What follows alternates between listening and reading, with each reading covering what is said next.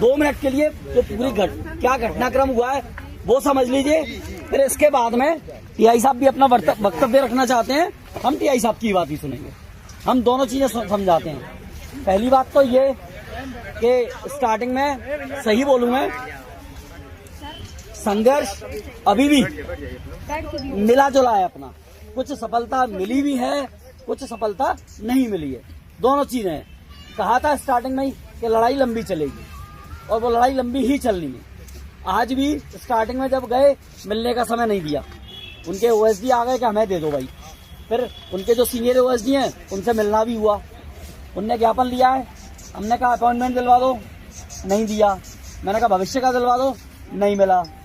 बाद में शिक्षा मंत्री जी आ भी गए, आने के बाद में मना कर दिया उनने कि नहीं। फिर दिनेश सर थोड़ा सा पीछे पड़े, तब जाके लगभग 1.5 से 2 मिनट का समय उनने दिया और 1.5 से 2 मिनट में उनने 2 ही बात बोली है कि पहली बात तो ये मुझे जाना है दिल्ली अर्जेंट, ये रहे, क्योंकि आप सबको पता है 6 बजे की बोला ही था। तो ये बात हुई। दिनेश सर ने स्पष्ट तौर पर कहा है कि सर ऐसी ऐसी बात है और ये मुद्दे हैं, अब आप किस तरीके से कैसे क्या करोगे ये आप बताइए। तो फाइनली उन्होंने फिर ये बोला है जाते जाते भी कि आप जो ओएसडी हैं आप उनको दे दीजिए, ठीक है ना।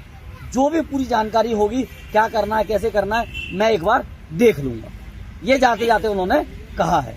उन्होंने ना ये कहा कि मैं कर दूंगा, ना ये कहा कि मैं नहीं करूंगा, ना ये कहा कि भाई कुछ नहीं करूंगा। उन्होंने ये कहा है कि मुझे अभी जाना है, मेरी व्यस्तताएं हैं और पहले से तय व्यस्तताएं हैं। तो कहीं ना कहीं थोड़ा सा उन्होंने कहा है कि जब तक मैं पूरे मामले को देखूंगा नहीं तब तक मैं किसी प्रकार से कोई भी निर्णय नहीं दे पाऊंगा, ठीक है ना। तो ये थोड़ी सी एक समस्या रही हमारे साथ कि उन्होंने कहा है कि भाई मैं पूरे मामले को देखूंगा पहले और आप जो कागज लाए हो वो सारे के सारे कागज मुझे दो, उस हिसाब से हम आगे बात करेंगे। कपिल सर, तो ये कहीं ना कहीं आंशिक रूप से एक कह सकते हो कि हमारी जो बात जहां तक पहुंचानी थी, क्योंकि बात ये है ना जब तक किसी तक बात ही नहीं पहुंचाओगे और फिर उससे क्या उम्मीद करोगे। तो बात हमारी आज पहली बार शिक्षा मंत्री जी तक पहुंच पाई। मनोज, ठीक है ना, मनोज और अभिषेक। कपिल सर इधर आओ। मनोज, हाँ आ जाओ। तो ये आज का पूरा ये रहा, ठीक है ना। अब इसके बाद में एक बार सुनो, अरे बैठो भाई बैठो, नहीं आपका भी रखा गया है। हमने सब्जेक्ट को अब मैं बता रहा हूँ। हाँ। ब्रीफिंग इतनी सी है, बोलो। ब्रीफिंग इतनी सी है कि हमारे पास जो इतना मेहनत करने के बाद केवल 1.5 मिनट का समय मिला वो मुझे अखर गया थोड़ा सा। बिल्कुल सर, कि हम इतने सारे बच्चे आए और हमें केवल मात्र 1.5 मिनट का समय मिला है, ये हमारे लिए थोड़ा सा अच्छा नहीं लगा, पर्सनली बताऊं तो। लेकिन मैं बता दूं आपको, एक रिकॉर्ड रहा है यहाँ पे मंत्री जी का कि शायद ही कोई मिल पा रहा है, उनसे मिलता है या नहीं मिल पाता है, क्योंकि बहुत लोगों की चप्पलें घिस गई लेकिन वो मिलते ही नहीं। तो कम से कम अपन यहाँ पे आए थे।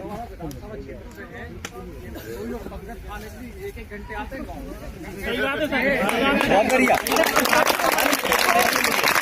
अरे मैं बोलूंगा पूरे 50 घंटे में रोका था भोपाल में, बिल्कुल मिले नहीं हो। ये बात चप्पल ये आपका जायज है, ये आपका जायज, यही बता रहा हूँ, मैं बताना यही चाह रहा हूँ कि हम इतने सारे लोग इतने देर बैठे रहे। अब मुझे क्या लगा, हम बता रहे वहाँ पे कम से कम हम लोग आधे घंटे रुके हैं, मालूम आपको, आधे घंटे तक रुके वहाँ पे 3 बड़े बड़े प्रकरण हुए। पहली बात तो हमको क्या कि पहले मना कर दिया था, सर तो है ही नहीं यहाँ पे।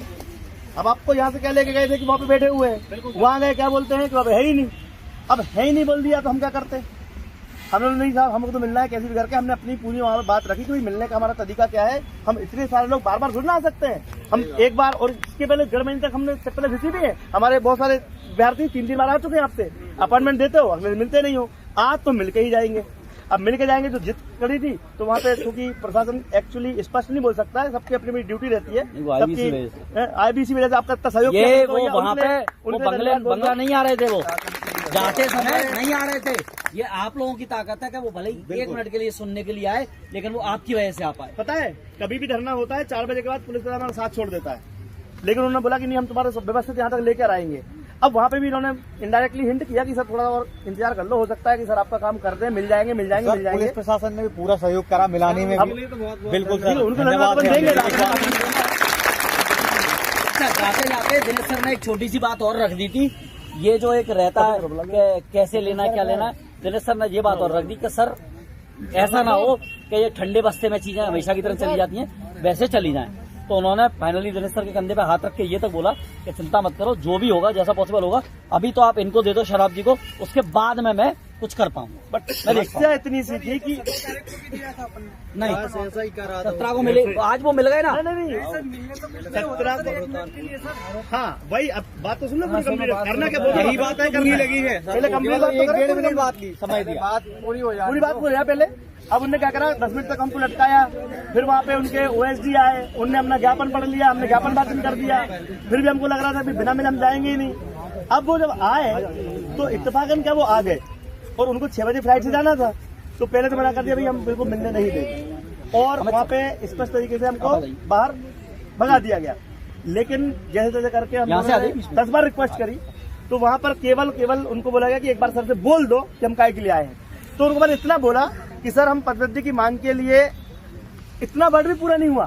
साहब एक काम करो, आप हमारे इनको क्या नाम, शराब साहब ना, शराब साहब को पूरा कृपया लिख के दे दीजिए, हम आपका काम कर देंगे, या सुन लेंगे, कर देंगे। नहीं बोला, वो बोला क्या निराकरण जानकारी में ले लेंगे, इसका निराकरण शीघ्र ही कर देंगे। अब बात यहाँ तक आई कि भाई उनके पास प्रकरण तो पहुंचा है, लेकिन अभी भी उनके पास अभी मिला नहीं है। कब मिलेगा, जब उनके ओएसडी बताएंगे। तो ओएसडी कब बताएंगे, 3 दिन के लिए वो दिल्ली जा रहे हैं। आज उनकी फ्लाइट 6 बजे, 3 दिन उनका कोई परिवहन का कार्यक्रम है, वो सर बता भी देंगे, पूरे प्लानिंग है 3 दिन की।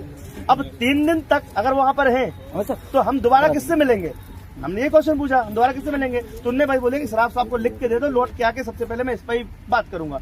भाई इतनी बात में हम मुझे लगा यार कि भाई मतलब अच्छा नहीं हुआ अपने साथ। सीएम साहब तो है सर यहाँ पर, सीएम साहब के साथ नहीं, एक मिनट सुनिए, इस बारे में विस्तृत जानकारी। भाई देखो, सबसे बड़ी बात ये कि पुलिस प्रशासन हमारे साथ है, पुलिस प्रशासन हमारी सारे डाउट्स को दूर करने को तैयार है। हमारा जो उद्देश्य था आज का, पहली बात तो ये, क्योंकि लास्ट टाइम इनने क्या बोला था कि आप डीपीआई में जानकारी दो, पहले डीपीआई में दे दी हमने जानकारी। हमें किसको पहुंचाना था, हमें पहुंचाना था पूरा किसको, शिक्षा मंत्री को देना था। हमारे चाहे लेट हो गए या कुछ भी रहे, शिक्षा मंत्री से हमने सिर्फ 1 मिनट बाद पहुंचा पाई, लेकिन हमारा जो मामला था वो उनके संज्ञान में आ गया। बस इतनी हमारी सफलता है। पिछली बार हम लोग अतिथि शिक्षक लोग 10-15 लोग आए थे भोपाल। अरे वो तो समझे नहीं क्या हुआ क्या नहीं, वो अलग बात है, आगे की तैयारी नहीं सुना है हमारा। अब यही बात है कि रणनीति इतनी सी थी कि हमने अपनी थोड़ी सी बात उन तक रखवा दी, मतलब उन्हें सुन तो ली है, लेकिन कितने पद क्या पूरी जो हम चाह रहे थे बैठ के डिटेल बैठक करना, उसके लिए उन्होंने बोला कि 4-5 दिन बाद हम जब लौट के आ रहे हैं तो हमारे शराब साहब से मीटिंग फिक्स करके अपॉइंटमेंट करके आप मुझे बता देना, हम बैठ के विस्तृत जानकारी लेंगे। उन्होंने एक वर्ड बोला भेंट, उनका वर्ड चलता भेंट का मतलब होता है कि कम से कम आधे घंटे बैठ के डिस्कस। उनका कहना था भाई ये 1 मिनट का मिलना कोई मिलना नहीं होता, तो हम समझ कम से कम समय चाहिए, प्रॉपर समय कम से कम चर्चा हो पाए। उनके पास ये था कि भाई हमारे पास समय बिल्कुल भी नहीं है, क्योंकि फ्लाइट का टाइम हो रहा है, 6 बजे उनको निकलना है, तो बोले हम तो कुछ कर नहीं सकते। हाँ, अब आगे की बात ये करना अपन को कि 3 दिन तक तो वो यहाँ पर है नहीं, एक बात है ना। 3 दिन बाद आएंगे, कब, वो शुक्रवार या शनिवार को आएंगे। और उनका कहना यह है कि हम मंगलवार और सोमवार, मंगलवार बुधवार 3 दिन हमारी मीटिंग का टाइम रहता है, और समय भी उन्होंने दिया 5 से 6 का, 5 का समय रहता है। अब उनका एक कंसर्न ये था, सीधी सी बात, की भाई हमको 10 लोग या 5 लोग जो आज गए थे, या फिर कोई दूसरे भी हो सकते हैं, इट्स अप टू यू कि भाई बच्चा कौन होगा, वो बच्चा आके एक बार उनसे डिस्कस करके मिल ले, ये आगे की बात है। लेकिन अभी वर्तमान में हमें क्या करना है वो हमें तय करना है। भाई उनका तो उन्हें तो कह के चले गए, अब भाई उनने कह के चीज बोल गए। अब ये बताओ, कोई व्यक्ति यहाँ पे है ही नहीं, अब वो चले गए कहाँ, दिल्ली। अब वो दिल्ली चलेगा, अपन यहाँ पे कुछ भी करते रहेंगे तो करना क्या है वो हमको तय करना पड़ेगा ना दादा। हाँ, अब सीएम साहब से मिलना वो बंद तय करें, अपन बात करें। तो देखो, मैंने वहाँ की बात बता दी, वहाँ तक का काम हो गया है, अब इसके आगे क्या करना है वो अपन तय कर लेते हैं, ठीक है। तो 5 मिनट अपन तो सर से बात कर लो। अब एक मिनट अभी सर मैं बता रहा हूँ, अब आपको सर बोल रहे हैं, सर थोड़ा सा सुने आप सब। अरे जिस तरीके से सिस्टमेटिक हमें सुना है, टीआई साहब को भी सुनिए। जितनी आप लोगों की बात थी, आपका जो नेतृत्व करने वाले लोग हैं वो सब भले और समझदार लोग हैं, उनको समय दिया गया था। बात जो कहनी है उन्होंने अपना पक्ष रख दिया है, उस पक्ष को उन्होंने कह दिया है कि मेरे ओएसडी को दे दिया जाए और उस पर हम विस्तृत निर्णय ले लेंगे। अब जब वो बैठेंगे, चिंतन करेंगे, चर्चा करेंगे, उसके बाद आपको कुछ बताएंगे। आप यूं बंगले पे जाके खड़े हो जाओगे और कुछ भी बोलोगे, उस पर कोई निर्णय नहीं बन पाएगा, ठीक है। दूसरी बात, ठंड बहुत है, आप लोग बड़ी दूर दूर से आए हो, यहाँ तक आ गए, आप लोगों का स्वागत रहा, अच्छे से कार्यक्रम हो गया आपका। आपको जो बात कहनी थी वो आपने कह दी। इस शहर का, इस राजधानी का अपना एक प्रोटोकॉल है, प्रशासन का अपना एक प्रोटोकॉल होता है।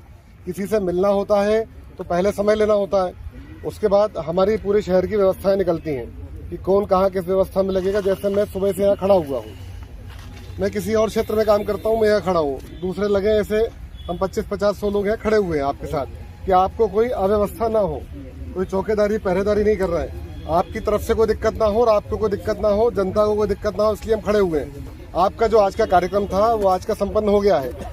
आपके नेतृत्व को उन्होंने बता दिया है। 3 दिन बाद जो आसपास के लोग हैं वो आकर के व्यवहारिक रूप से जो विधिवत उनसे समय है वो समय ले लें। आप भेंट का समय तय हो जाएगा, अपने बिंदु तय कर लो, वहां जाके ये ना हो कि हम ये कहना चाहते थे, हम वो कहना चाहते थे।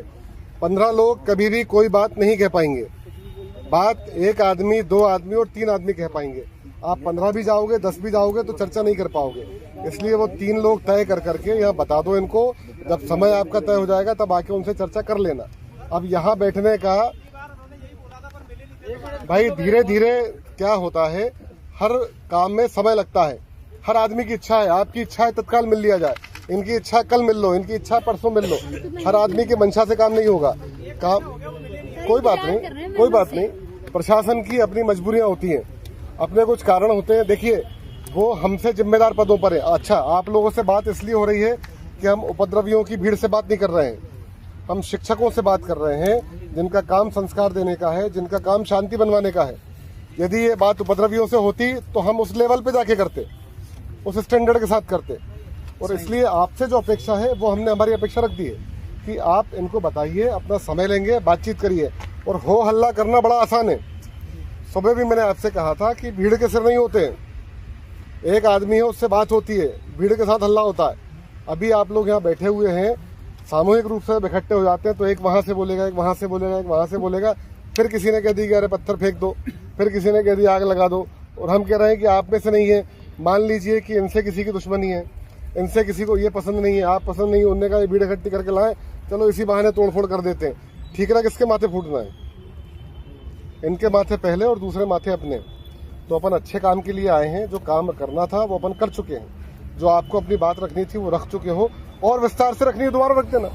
ना उनके पंख लग रहे हैं, ना भोपाल के पंख लग रहे हैं, ना हमारे लग रहे हैं, ना आपके लग रहे हैं। कभी भी जब चाहोगे तब आ जाओगे। हाँ बताओ, कुछ कहना चाहिए सर। यदि दिनेश सर को यदि इस मामले से हटना हो तो हट सकते हैं सर, क्योंकि हम बार बार नहीं आ पाएंगे। हम हजारों किलोमीटर से आए हैं सर, और हम गेहूं चावल बेच के सर किराया जुटा के आए। हम अनिश्चितकालीन धरना के लिए तैयार है, हम अनिश्चितकालीन धरना भूख हड़ताल के लिए तैयार है।